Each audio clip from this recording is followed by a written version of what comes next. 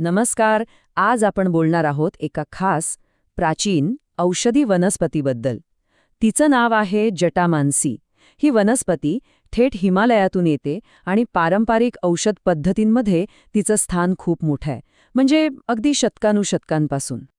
बघा, तुमच्या तणाव आणि झोपेची तारणहार हे एकच वाक्य जे झंडुकेरने वापरले, आपल्याला जटामांसीचा सगळ्यात मोठा फायदा सांगून जातं.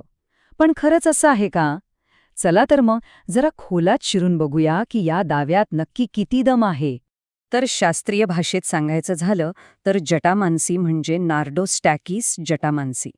गंमत म्हणजे ही वनस्पती खूपच दुर्मिळ आहे, इतकी की ती आता धोक्यात आलेल्या प्रजातींमध्ये मोडते. आणि ती सापडते कुठे? तर फक्त आणि फक्त उंच हिमालयाच्या पर्वतरांगांमध्ये. हेच तिचं वैशिष्ट्य आहे. आजच्या आपल्या या विश्लेषणामध्ये आपण ह्या 5 महत्त्वाच्या गोष्टींवर नजर टाकणार आहोत. 1. प्राचीन हिमालयीन वनस्पती म्हणून तिची ओळख. आयुर्वेदात तिचं काय स्थान आहे, विज्ञान तिच्याबद्दल काय म्हणतं, तिचा पारंपरिक वापर कसा करतात, आणि सगळ्यात महत्त्वाचं, ती वापरताना कोणती काळजी घ्यायची. चला तर मग आपल्या प्रवासाला सुरुवात करूया. आपण थेट जाणार आहोत जटामांसीच्या मुळाशी, म्हणजे अक्षरशः हिमालयाच्या त्या उंच पर्वतरांगांमध्ये जिथे ती वाढते. जरा विचार करा, समुद्रसपाटीपासून 3 ते 5,000 मीटर उंचीवर, जिथे हवामान प्रचंड खडतर असतं, तिथे ही वनस्पती वाढते. त्यामुळेच ती इतकी खास आहे. तिची हीच दुर्मिळता आणि तिचा आयुर्वेदिक युनानी औषध पद्धतीतला ऐतिहासिक वापर, यामुळे ती खऱ्या अर्थाने अनमोल ठरते. आता वळूया इतिहासाकडे. आयुर्वेदाच्या प्राचीन ग्रंथांमध्ये जटामांसीला काय दर्जा दिला गेलाय, म्हणजे तिचा वापर नेमका कशाकशावर केला जात होता, चला तेच पाहूया. ही यादी बघितली की लक्षात येतं की जटामांसीच्या मुळांचा वापर किती आणि कसा केला जायचा. म्हणजे बघा, मज्जासंस्थेचे आजार, अगदी हिस्टेरिया, झटके, अपस्मार, यांपासून ते हृदयाची धडधड, डोकेदुखी, इतकंच नाही तर मुतखडा, कावीळ, त्वचेचे आजार आणि हो, केसांच्या वाढीसाठी सुद्धा एक सर्वसमावेशक उपायच जणू. बरं, आयुर्वेदात एक खूप महत्त्वाचा सिद्धांत आहे, तो म्हणजे त्रिदोषांचा: वात, पित्त आणि कफ. जेव्हा या तिघांचं संतुलन बिघडतं तेव्हा आजारपण येतं. आणि इथेच जटामांसीचं महत्त्व आहे. असं मानलं जातं की जटामांसी ह्या तिन्ही दोषांना शांत करते, त्यांचं संतुलन साधते. म्हणूनच तिला त्रिदोष शामक म्हणतात, म्हणजे शरीराला पुन्हा निरोगी स्थितीत आणायला मदत करते. ठीक आहे, आत्तापर्यंत आपण पारंपरिक ज्ञान पाहिलं, पण आजचं विज्ञान काय म्हणतंय? चला आता जटामांसीला जरा आधुनिक सूक्ष्मदर्शकाखाली ठेवून पाहूया. संशोधन काय सांगतंय ते जाणून घेऊ. आधुनिक संशोधनात खरंच काही सकारात्मक गोष्टी समोर आल्या आहेत. हा बघा, इंटरनॅशनल जर्नल ऑफ आयुषमधला एक अभ्यास. ज्या लोकांना निद्रानाशाचा त्रास होता त्यांच्यावर जटामांसी तेलाची शिरोधारा थेरपी वापरली आणि निकाल: फक्त 14 दिवसांत झोपेच्या समस्येत 25% घट झाली आणि 28 दिवसानंतर तर तब्बल 50%. म्हणजे याचा परिणाम होतोय आणि तो टिकतोय सुद्धा. आता हे बघा, उच्च रक्तदाबाबद्दलचा एक अभ्यास. ज्या रुग्णांना स्टेज 1 हायपरटेन्शन होतं त्यांना 4 आठवडे रोज 3 ग्रॅम जटामांसी देण्यात आली. आणि परिणाम? त्यांचा सिस्टॉलिक ब्लड प्रेशर, म्हणजे तो वरचा आकडा, सरासरी 9.9 अंकांनी खाली आला. ही खूप लक्षणीय घट आहे. पण एक मिनिट थांबा, चित्र नेहमीच इतकं सोपं नसतं.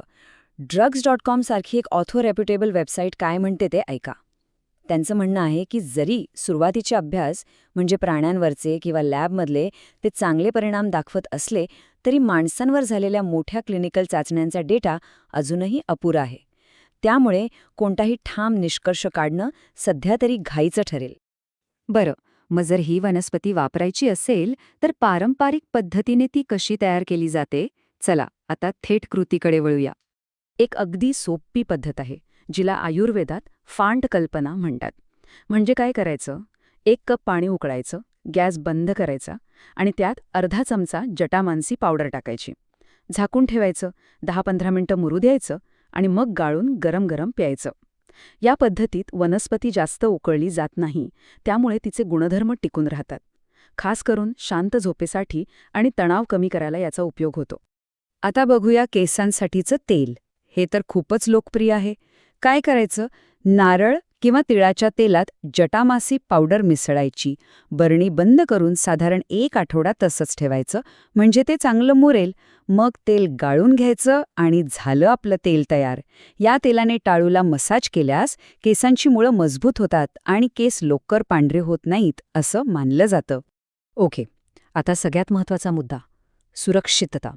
कोणताही नवीन उपाय करून पाहण्याआधी त्याचे संभाव्य धोके आणि दुष्परिणाम काय आहेत हे जाणून घेणं खूप गरजेचं आहे. तर मग प्रश्न हा आहे की जटामांसी सगळ्यांसाठीच सुरक्षित आहे का? चला, याचं उत्तर शोधूया. काही गोष्टी आहेत ज्या कटाक्षानं पाळल्या पाहिजेत. पहिलं म्हणजे गर्भवती महिला आणि स्तनपान करणाऱ्या मातांनी याचा वापर टाळावा, कारण पुरेशी माहिती उपलब्ध नाही. दुसरी गोष्ट, जास्त प्रमाणात घेतलं तर मळमळ, उलट्या किंवा पोटदुखी होऊ शकते.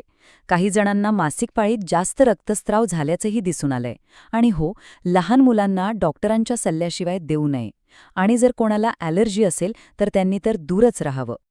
आणि ही सगळ्यात महत्त्वाची गोष्ट, ही जी काही माहिती आपण इथे पाहिली ती डॉक्टर किंवा आरोग्य तज्ज्ञांच्या सल्ल्याची जागा घेऊ शकत नाही, हे पक्क लक्षात ठेवा. कोणताही नवीन प्रयोग करण्याआधी आपल्या डॉक्टरशी नक्की बोला. तर सगळं ऐकून झाल्यावर एक प्रश्न उरतोच.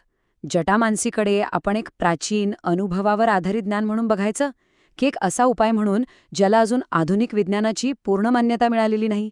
आजच्या काळात तिचं नक्की स्थान काय, यावर विचार करायला नक्कीच वाव आहे.